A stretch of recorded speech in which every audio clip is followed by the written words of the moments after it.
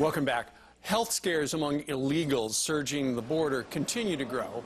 A few weeks ago, the first case of swine flu was diagnosed inside a Texas detention center. And now, inside sources reveal another dangerous disease is rearing its ugly head.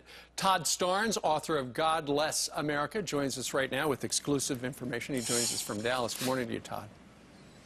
Steve, good morning. And my sources are telling me that we can now report there are 3 confirmed cases of tuberculosis at a facility in the Austin, Texas area. I also have sources at a refugee camp at Lackland Air Force Base.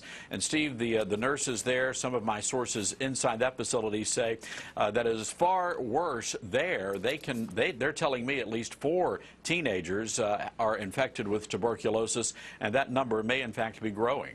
Well, that would explain why they don't, for instance, why they wouldn't let that congressman in to view the facility in his state, why cameras are not allowed in.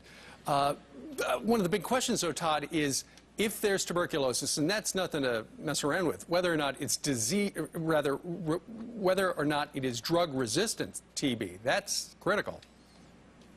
Well, it certainly is, and many doctors fear that, in fact, may be the case. Dr. Mark Siegel tells me that the strain of tuberculosis that is common in Central America is, in fact, that drug-resistant kind. But the big issue here, Steve, is this shroud of secrecy that's enveloped these facilities.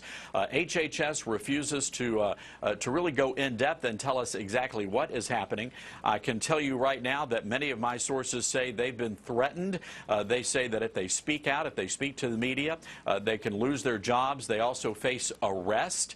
And this facility, which some are describing as a summer camp, at least that's the government officials, I don't know many summer camps that are guarded by security forces holding AR-15s. Do you, Steve?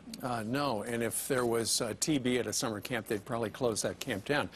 Todd, we did get a statement from the Health and Human Services Department of our federal government last night, and they said if responding to your reportage, if children are determined to have any communicable disease or have been exposed to a communicable disease, they are placed in a program or facility that has the capacity to quarantine. What do you make of that? Well, again, the sources that I have, and these are very well-placed sources, tell me that the big concern is that these children are not being isolated, and in fact, other kids are being at risk. Look, they told us last week that there were only 119 cases of lice reported among the 7,000 young people that have been through the facilities at Lackland and Fort Sill. And they also told us that there were no reports of scabies. So they're having us believe that pretty much there are no major health problems at these facilities when in fact we have a number of sources telling us otherwise. You make it sound like a great big emergency room. Well, absolutely right, Steve. And many of the people I talk to here in Texas firmly believe this is nothing more than a government-sanctioned invasion of our country, Steve. All right, Todd Starnes reporting live this morning from Dallas with news that at least 3 of the kids in one of those camps has TB. Todd, thank you very much. Thanks, Steve.